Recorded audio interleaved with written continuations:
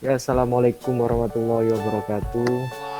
Waalaikumsalam warahmatullahi Waalaikumsalam wabarakatuh. warahmatullahi wabarakatuh. Waalaikumsalam warahmatullahi wabarakatuh. Perkenalkan diri dulu, nama saya Mari Chandra Saputro. Saya guru TIK di SMK Kesehatan Adusada Kota Malang.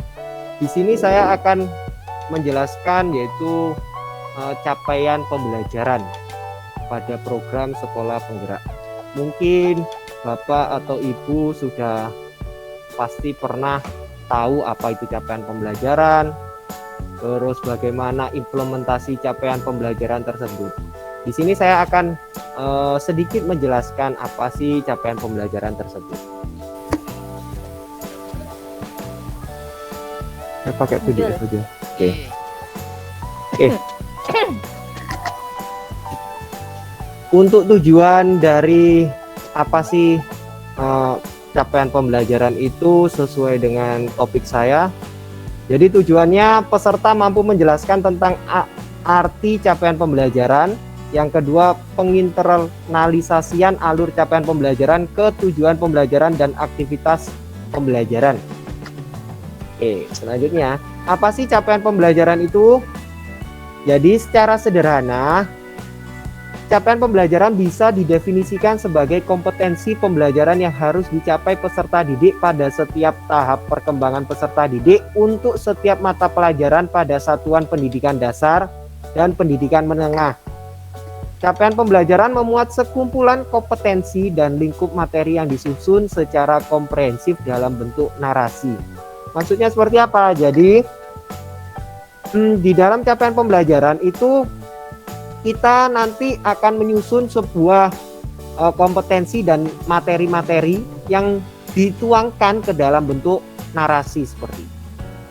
Oke, untuk sampai sini dari Bapak atau Ibu ada yang punya gambaran apa sih capaian pembelajaran? Monggo bisa sharing Bapak Ibu.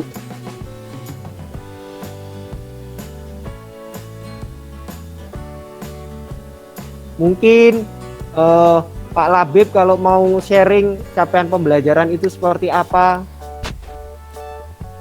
Sedikit tanya Pak, apa sama dengan target yang harus dicapai siswa ya Pak? Kalau menurut saya, mungkin dari ibu yang lain kalau ada yang bisa membantu menjawabnya dulu. Kompetensi yang harus dicapai siswa begitu. Oke, dari Bu Eka kompetensi. Mungkin dari Bu Mutiara ada Kompetensi yang harus dicapai siswa dalam setiap mata pelajaran, mungkin Bapak. Oke.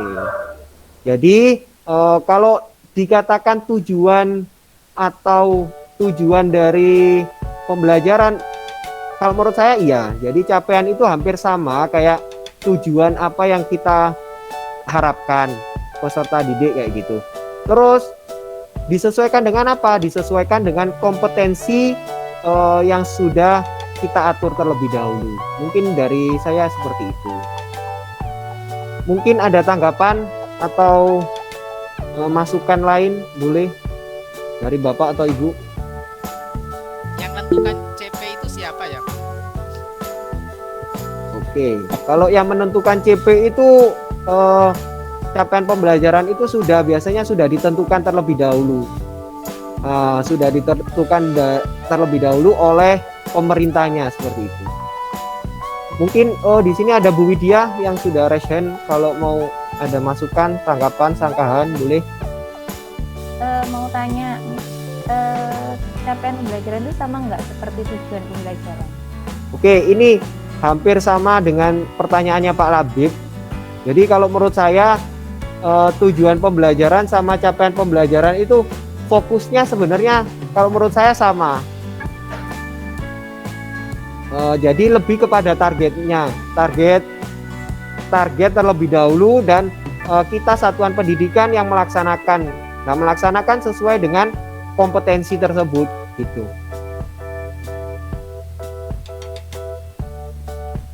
Ya, terima kasih Pak. Ya, sama-sama Bu. Saya lanjutkan ya. Oke, monggo. Oke.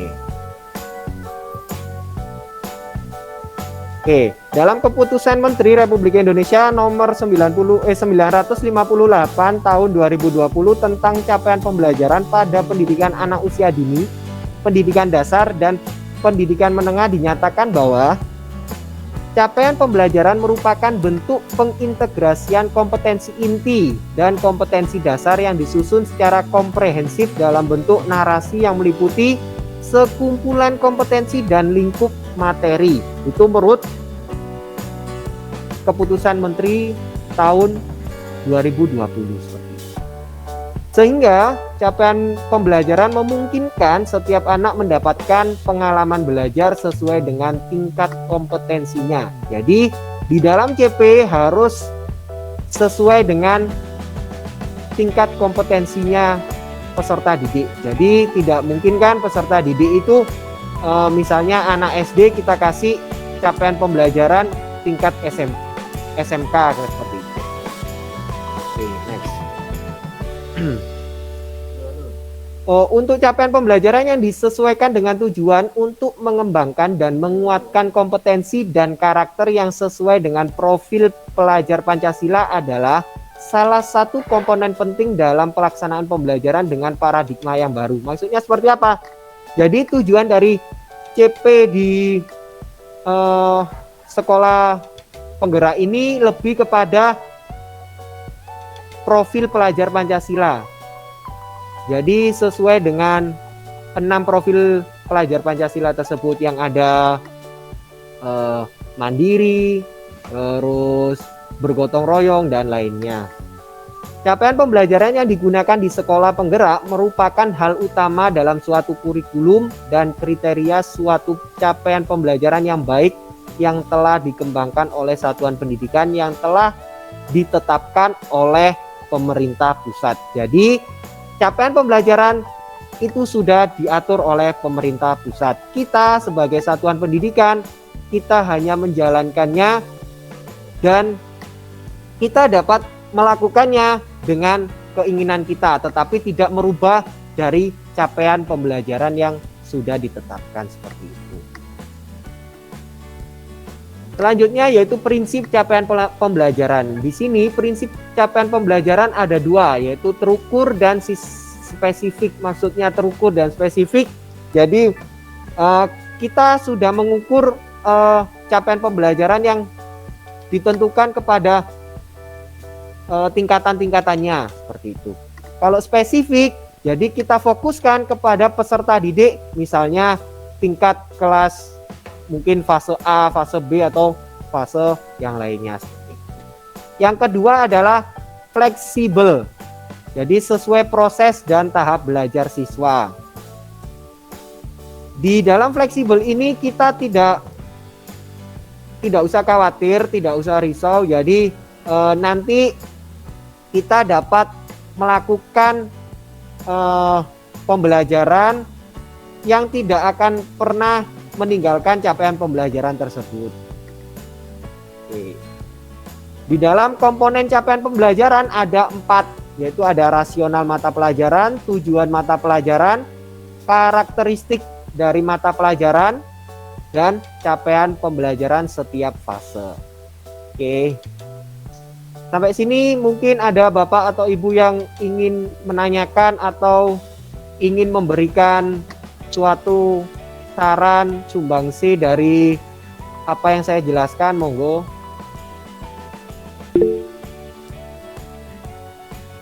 Silakan Ibu Eka, monggo.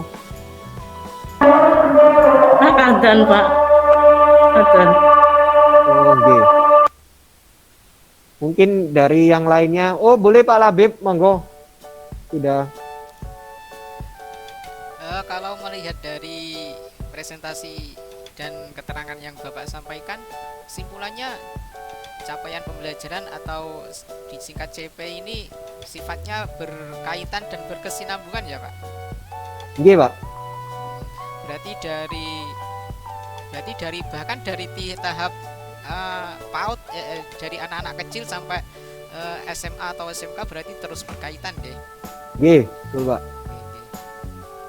Terus kira-kira apa yang bisa menjamin keterkaitan itu ya Pak? Oke. Oke, mungkin dari yang lain dulu, ada mungkin bisa membantu menjawab pertanyaannya Pak Labib juga, monggo. Atau ada saran juga dari yang lain?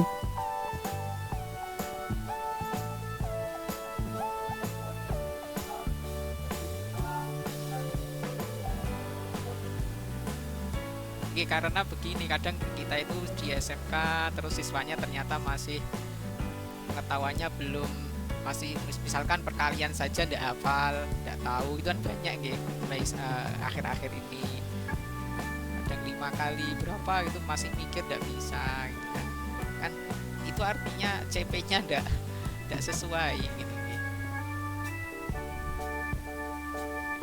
Oke, komentarnya dari teman-teman. Oke, monggo kalau ada yang komentar terlebih dahulu.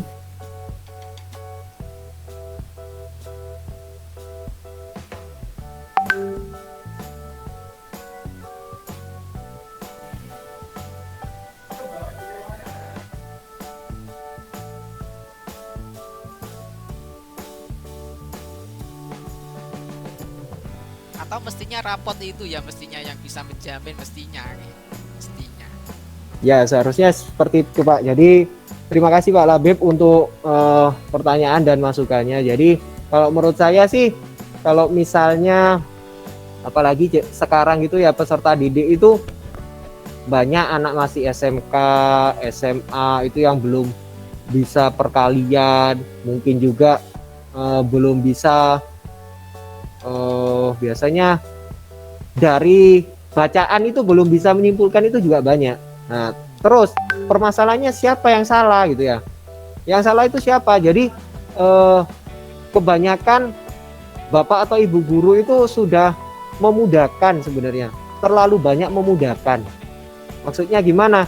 Jadi seharusnya nilai itu sebenarnya tidak tuntas, dituntaskan. Bahkan kebanyakan seperti itu. Padahal sebenarnya capaiannya itu tidak tercapai peserta didik tersebut. Itu kebanyakan permasalahannya di situ. Mungkin ada monggo Bu Eka. Ya, terima kasih Pak Marit. Untuk capaian pembelajaran untuk siswa yang berkebutuhan khusus itu seperti apa ya Pak? Terima kasih. Oke. Kalau untuk capaian pembelajaran bagi siswa yang berkebutuhan khusus itu juga sudah diatur juga sama pemerintah pusat, dan ada suatu kalau dibilang sih suatu misalnya ada peraturan tersendiri dan capaian tersendiri untuk siswa berkebutuhan khusus. Kalau menurut saya seperti itu. Mungkin dari yang lain ada masukan juga, monggo. Sudah ditentukan oleh pemerintah gitu ya Pak ya? Nggih, Bu.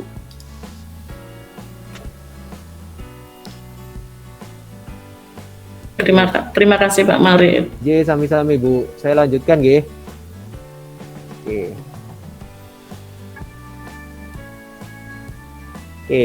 Selanjutnya komponen capaian pembelajaran, yaitu ada 4 tadi sudah. Nah, di sini ada fase dalam perumusan capaian pembelajaran, yaitu ada 6 fase, yaitu fase A, yaitu pada umumnya SD kelas 1 sampai kelas 2. Fase B pada umumnya SD kelas 3 dan kelas 4.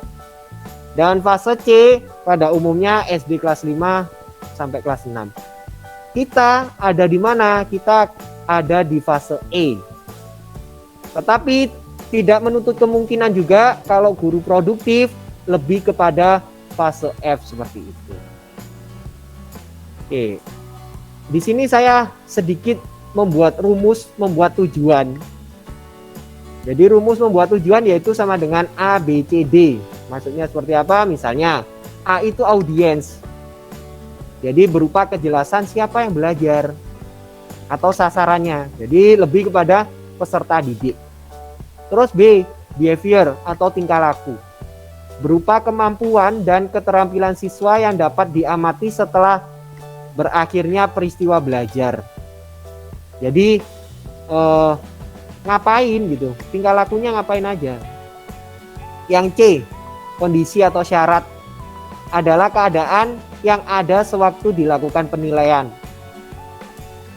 Dan yang D, yaitu degree atau ukuran, adalah ukuran atau batasan yang menunjukkan bahwa siswa telah dapat mencapai suatu tujuan. Nah, jadi contohnya seperti ini. Misalnya, peserta didik mampu mengidentifikasi algoritma dan dasar pemrograman melalui metode pembahasan atau drill dengan benar. A-nya mana? A-nya peserta didik, B-nya mengidentifikasi, C-nya melalui metode pembahasan atau drill, dan D-nya dengan benar. Jadi ukurannya itu benar atau salah seperti itu. Oke, selanjutnya melalui demonstrasi siswa mampu mempraktekkan penggunaan algoritma dengan benar. Yang ketiga, melalui metode drill peserta didik dapat melafalkan dasar-dasar algoritma dan tipe data pada pemrograman dengan benar. Selanjutnya, peserta didik mampu mempraktekkan dasar pemrograman melalui metode drill dan latihan yang benar. Dan yang terakhir, menerapkan dasar pemrograman dalam pembuatan proyek. Oke, dari sini mungkin saya minta sedikit contoh. Contohnya mungkin saya minta tolong ke Bu Widya, mungkin membuat suatu rumus membuat tujuan. Silakan Bu Widya. Nah, ini contohnya. Monggo. Peserta didik mampu memperagakan penggunaan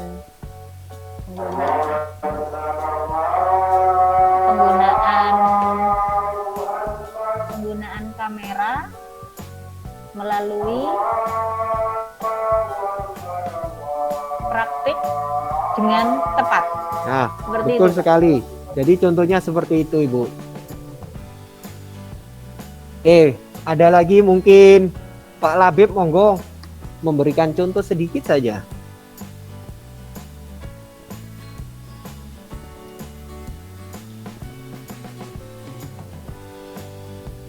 Peserta didik mampu mendemokan sketsa gambar hidup dengan benar, teman-teman. Oke, betul sekali. Jadi mungkin Bapak atau Ibu sudah sangat bisa. Jadi kalau jenengan membuat rumus membuat tujuan, tidak usah bingung juga. Jadi ingat aja A, B, C, D gitu. Oke. Selanjutnya, ini contoh pengintegrasian keterampilan literasi, kecapakan 4C dan karakter dalam RPP. Lebih kepada tujuan pembelajaran. Misalnya ini dari bahasa Inggris. Jadi gitu ya. Jadi contoh pengintegrasian melalui rumusan tujuan pembelajaran dalam RPP di dalam pertemuan ketiga, yaitu misalnya nomor 1, berdasarkan kosakata dan ungkapan yang disediakan, Ananda dapat membuat greeting cards dengan benar dan menarik. Jadi tidak terlepas dalam rumus yang tadi gitu. Rumus tujuan pembelajaran tersebut. Nah, ini diambilkan dari misalnya bahasa Inggris. Ada lagi, melalui kegiatan menulis greeting card, Ananda dapat menunjukkan kemampuan literasi dengan baik.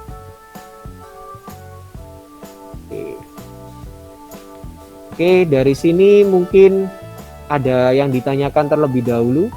Monggo. Atau ada masukan atau ada saran bagaimana mungkin, atau ada refleksi capaian pembelajaran itu sebenarnya seperti apa. Monggo Ibu Widya.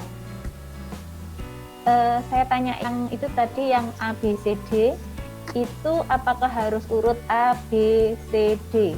Misalnya C-nya ada di depan, itu boleh atau enggak? Oke, jadi kalau A, B, C, D ini tidak urut tidak apa-apa. Yang penting harus mencakup dari A, B, C, D tersebut. Mau C-nya dulu didahulukan boleh, D-nya didahulukan dulu boleh. Yang penting tidak merubah dari apa yang ada di rumus tersebut. Terima kasih Pak. Oke Bu, mungkin ada yang lain? Monggo Pak Labib. Ya mohon ini sekedar ya masukan ya bisa dikatakan masukan ya. Nggih. Karena berdasarkan pembelajaran dan ini adalah kurikulum baru, mungkin ada istilah baru ya Pak, karena ini kan capaian pembelajaran, jadi Nggih, betul Pak. ABCD itu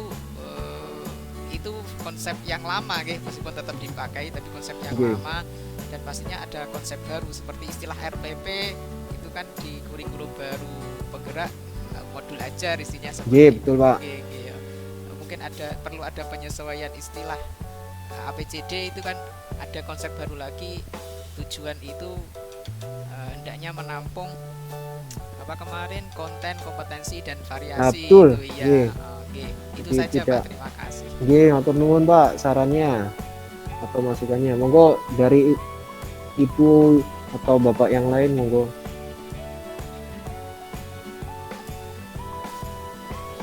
Oke, kalau misalnya Mungkin, belum Pak. ada, nggih, monggo. Sudah cukup mungkin Pak.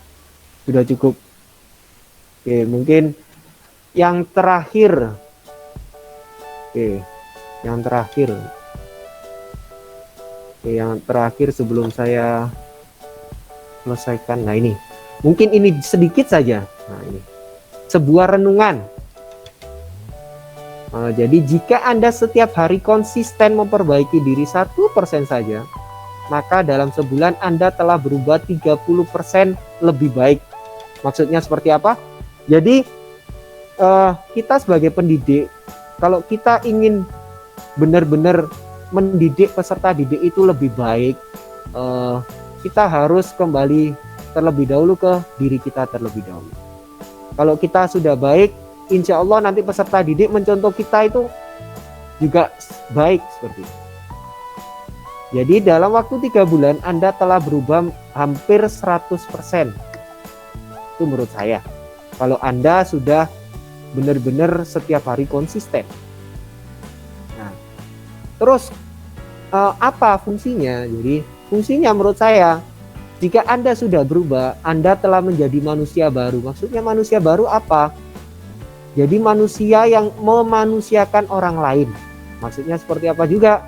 Jadi kita tidak semena-mena menilai siswa itu ngawur, atau biasanya kalau kebanyakan itu menilai siswa itu sistemnya ngaji, ngarang biji, biasanya seperti itu kan.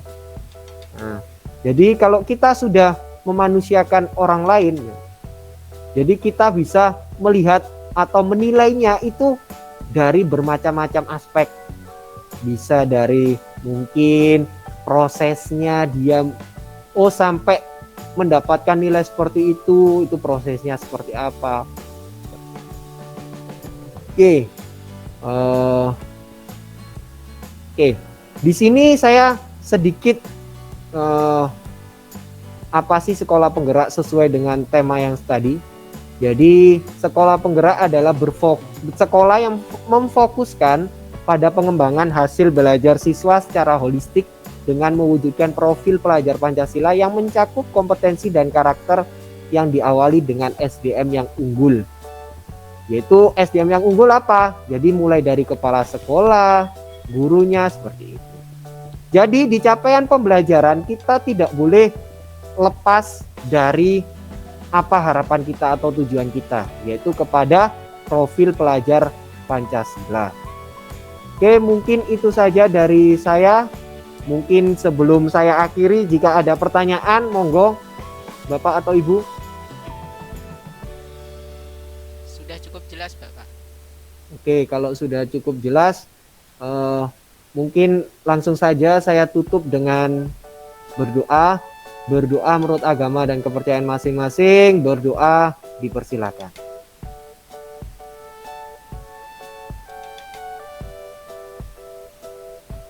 Berdoa selesai. Terima kasih atas partisipasinya Bapak atau Ibu.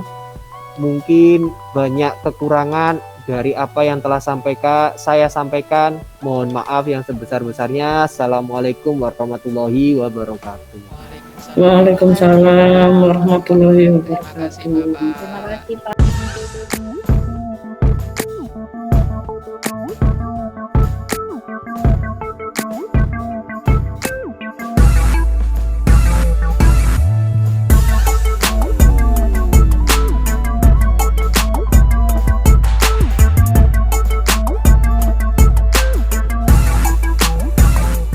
Terima kasih Pak Oke, Maulid. matur nuwun sami-sami. Nggih.